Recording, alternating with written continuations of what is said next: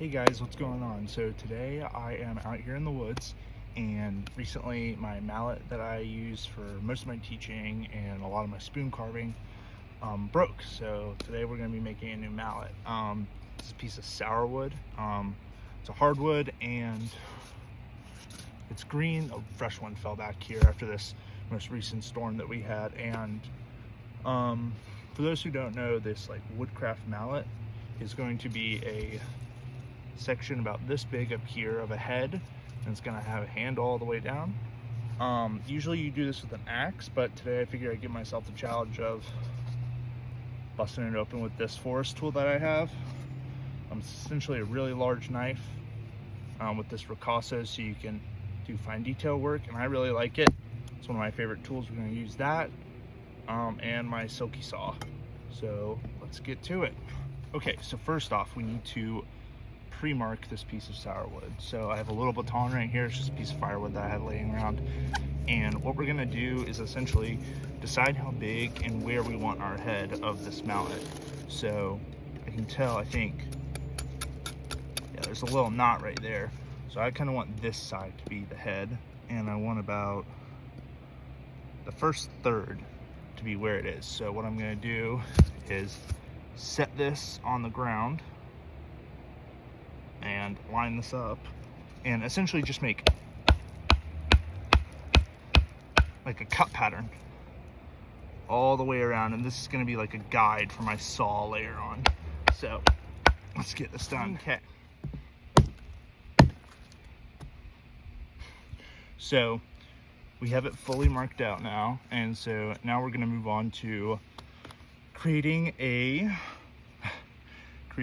saw curve all the way around for a major stop cut. So the way I'm going to do that is look at my silky saw here and decide where I'm going to stop when I'm sawing in. So I'm going to stop in just right below this little mark. So when I see this, come on, focus. When I see that little mark gets pretty close, or let's just go with these numbers right here.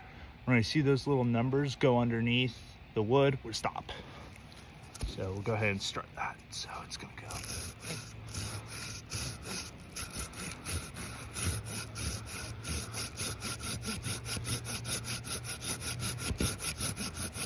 And stop there and just keep going around. Okay, there we go. And so now we need to remove these parts, and then this will actually just come off after I baton it down. So we'll go ahead and get that done with the forest tool, and yeah, so set this on the ground.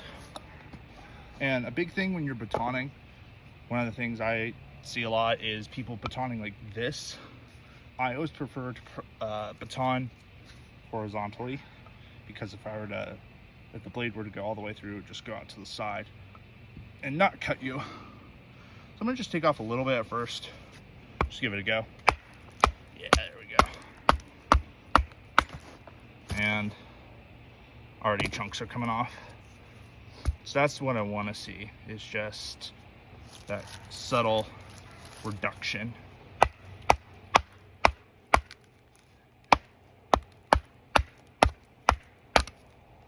And there's our second piece.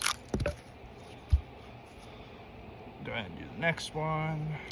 And just keep moving all the way around until we get it properly reduced down.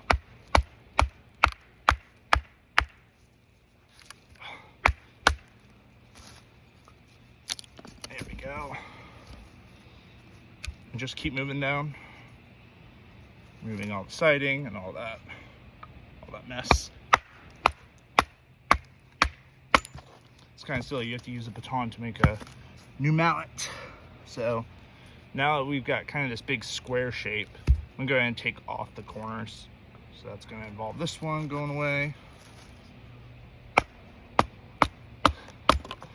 There we go, there's that first one. Go ahead and do the second.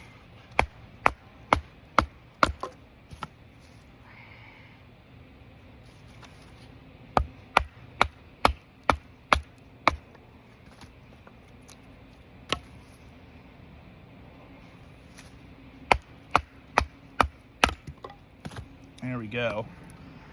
So now looking at it, I need to thin it down quite a lot because that's quite uncomfortable to use.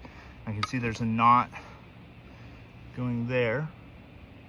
So we will go ahead and just start chamfering it down. So I'll catch y'all in a minute once I reach that side, that socket. So as you can see, we have reduced this quite a bit and it's starting to get a bit more comfortable in my hands. So I figure I'd show y'all what I'm doing to just make it that tiny bit more comfortable. So I'm taking it from this square, rectangle shape, whatever you want to call it, and I'm essentially just trimming down all the sharp angles on it to make it more smooth. And I'm just going around and I'm looking at this little saw cut right here, and I'm just ever so gently, because if I were to let it just full swing into that, it might split the top. So there's one. Get this side done. This side. But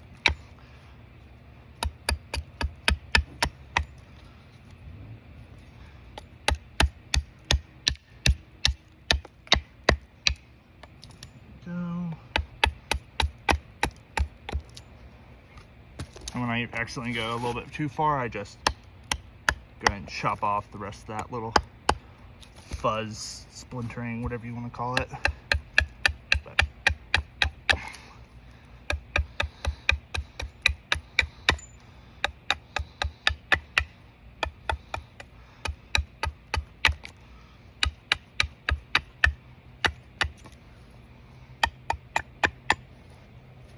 so that is a width I feel comfortable with here, but focusing on the mallet, not me. So now I'm gonna cut down the sides to match it. Here. But so we're getting to the finished product, and one thing that's really common is for it to kind of swell right here. And I personally do not like that, so I tend to try and focus on removing that. So I go and make a little indent and then just slowly work down like that.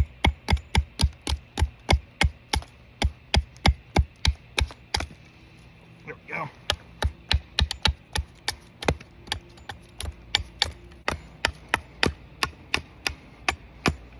But let's get rid of this little splint out.